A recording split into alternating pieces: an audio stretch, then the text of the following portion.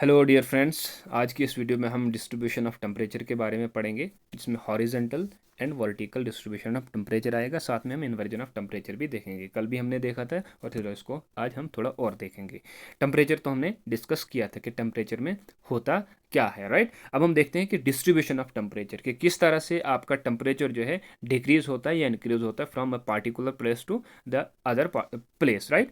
तो अब हमने देखा था कि बहुत सारे फैक्टर जो है, latitude, altitude, oceanic current, distance from the sea and wind pattern जो है, ये this are influence the temperature over the earth surfaces. तो इसमें सबसे पहले हमारे पास हॉरिजॉन्टल डिस्ट्रीब्यूशन ऑफ टेम्परेचर आता है। थोड़ा हम हॉरिजॉन्टल डिस्ट्रीब्यूशन ऑफ टेम्परेचर की बात करते हैं। तो हॉरिजॉन्टल डिस्ट्रीब्यूशन ऑफ टेम्परेचर जो है, ये टेम्परेचर की डिस्ट्रीब्यूशन के बारे में हमें बताता है कि अक्रॉस दी लेटीट्यूड जो आपका इक्वेटर है, ट्रॉपिक ऑफ कैप्रिकॉर्न है, ट्रॉपिक ऑफ कैंसर है।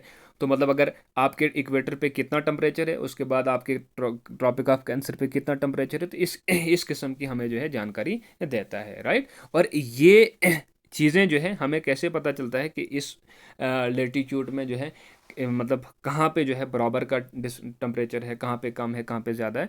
तो इनको शो इस टेम्परेचर डिस्ट्रीब्यूशन ऑफ टेम्परेचर को शो करने के लिए, हॉरिजॉन्टली शो करने के लिए हमारे पास आइसोथर्म्स होती हैं। तो आइसोथर्म्स ये क्या होती हैं कि these are the imaginary lines जो आपके मैप पे होती हैं, जो सेम मीन ऑफ टेम्परेचर को connect the areas having the same temperature, उन एरियाज को जो है कनेक्ट करने का काम करती हैं मैप के अंदर या अर्थ सरफेस के अंदर। तो दीज आर इमेजिनरी लाइंस जो आपके सेम टेम्परेचर के एरिया को क्या करती है, कनेक्ट करती है ग्लोबली, राइट। ताकि हम टेम्परेचर को जो है जोन के हिसाब से अच्छे से अंडरस्टैंड कर पाए, राइट।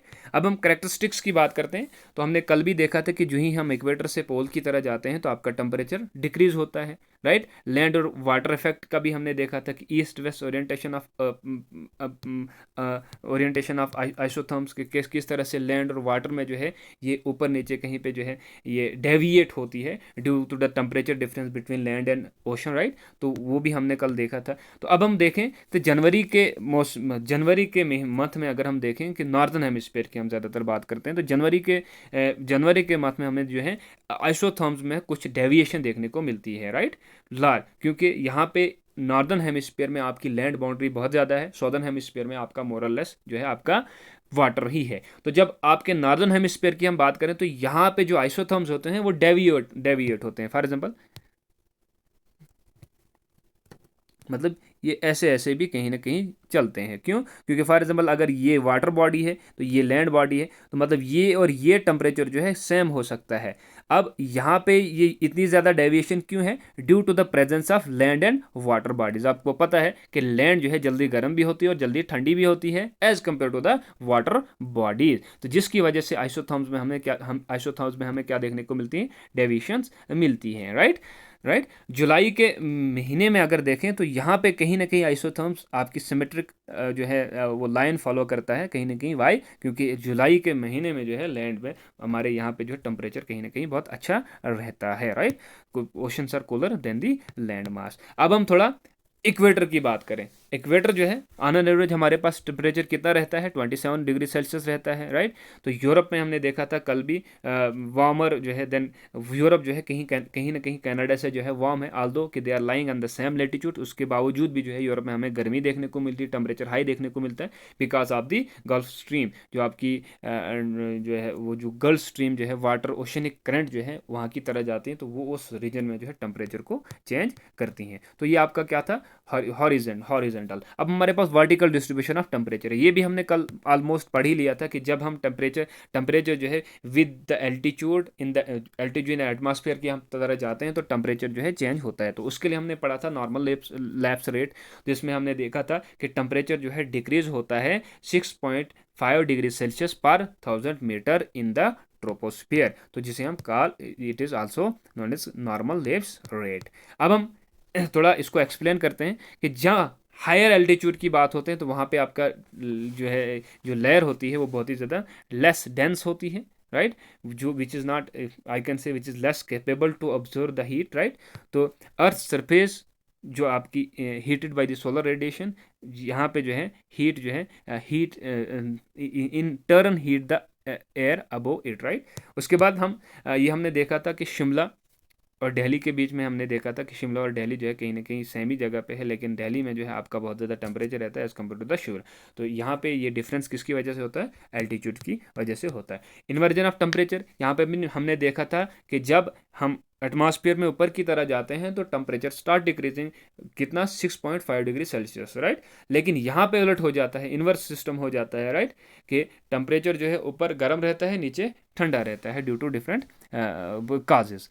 तो ये हमने कल भी देख लिया था। अब इसमें टाइप्स ऑफ टेम्परेचर इन्वर्जन की बात करी, हमने नहीं देखे थे। जहाँ इसमें पहला जो है रेडिएशन इन्वर्जन आता है। ये यहाँ पे क्या होता है कि जब आपकी नाइट्स क्लीन्स होती हैं, काम ईयर होता है, राइट, और अर्थ जो सरफेस है ये रैपिडली लूज करता है हीट रेडिएशन, राइट, और ये जो है कूल हो जाता है, और उसके बाद जो है जो अपर लेयर में जो है वहाँ पे आपकी जो है वो गर्म हवा रहती है। तो वह हमें ज़्यादातर वैलीज वगैरह में देखने को मिलता है, राइट। और ये कहीं ना कहीं फ्रंटल फॉर्मेशन की वजह से भी होता है कि टू टाइप्स ऑफ फ्रंट जो है, कोल्ड फ्रंट और वार्म फ्रंट, जब एक दूसरे के साथ टकराते हैं, ठीक है, और टकराने के बाद बींग हैवियर वन या लेसर वन, हम फॉर एग्जांपल वार्म फ्रंट की बात करते हैं तो वो आपका ऊपर चला जाता है, तो कोल्ड करंट नीचे रहता है। तो वार्म करंट जब ऊपर चला जाता है तो अपने साथ टेम्परेचर ऊपर वाला रीजन का जो है वो इंक्रीज करता है, तो वो भी इसमें कहीं ना कहीं इन्वर्जन में ही आता है। एडवेक्शन इन्वर्जन की बात करें तो जहाँ पे कोल्ड एयर मासेज ये वही है, ठीक है, इस समय वार्म एयर मासेज जो है ऊपर चला जाता है, कोल्ड नीचे रहता है, तो वैसे वर्ष वो जो है टेम्परेचर को कहीं ना कहीं ऊपर नीचे कर देता है। और ये हमें कोस्टल एरिया में देखने को ज़्यादा मिलते हैं, राइट। और इनसे आपका फॉग और मिस्ट फॉर्मेशंस वगैरह होती है, धुंधलापन दिखता है, राइट। फ्रंटल इन्वर्जन सेम मैंने आपको एक्सप्लेन किया, एक वार्म फ्रंट और कोल्ड फ्रंट, यहाँ पे जो है साइक्लोनिक एक्टिविटीज़ भी और कहीं ना कहीं देखने को मिलती है, और उसके साथ साथ हमें हमारे बहुत प्रेसिपिटेशन भी यहाँ पे देखने को मिलती है। अब इसका इफेक्ट ऑफ इन्वर्जन का क्या होता है कि जो एयर जो है pollution get trapped close to the ground, नीचे, ठीक है, तो जिसकी वजह से आपका स्मोक बनता है, फॉग एंड मिस्ट फॉर्मेशन बनती है, फ्रॉस्ट वैली में देखने को मिलती है। उसके बाद सप्रेशंस ऑफ कन्वेक्शनल रेनफॉल, जो कन्वेक्शन रेनफॉल है तो उसमें कहीं ना कहीं आपकी रोक लग जाती है। क्यों? क्योंकि कन्वेक्शन रेनफॉल तभी होते हैं जब आपका टेम्परेचर बहुत ज़्यादा होता है ज़मीन पे, and air starts moving upward, और वहाँ जो है वो करंट वगैरह बनता है, तो कन्वेक्शनल करंट बनते हैं, उसके बाद बारिश वगैरह आती है। तो लेकिन इसकी वजह से कहीं ना कहीं बारिश रुक जाती है। तो एग्जाम्पल के दौर पे देखें तो दिल्ली में विंटर में स्मॉग बहुत ज़्यादा देखने को मिलता है, इसी की वजह से, राइट। और वो जो है सरफेस के नज़दीक ही पोल्यूटेड को क्या करती है? ट्रैप करके रखती है।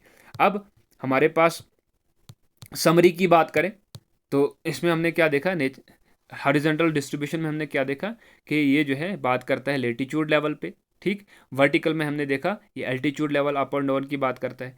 अफेक्टेड जो है हॉरिजॉन्टल डिस्ट्रीब्यूशन की बात करें तो it is affected by latitudes, oceanic current, land sea contrast की वजह से, राइट। तो वो जो है vertical distribution altitude, pressure, air density की वजह से।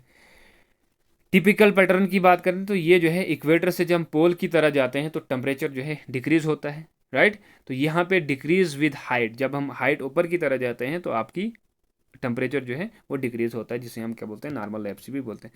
Exceptions, oceanic current causes deviation, तो यहाँ पे जो है inversion layer reverse pattern temporally, ठीक है। तो इट वाज रिगार्डिंग दिस। अब हमारे पास की कंसेप्ट जो है ये हम नीचे भी देखेंगे, राइट।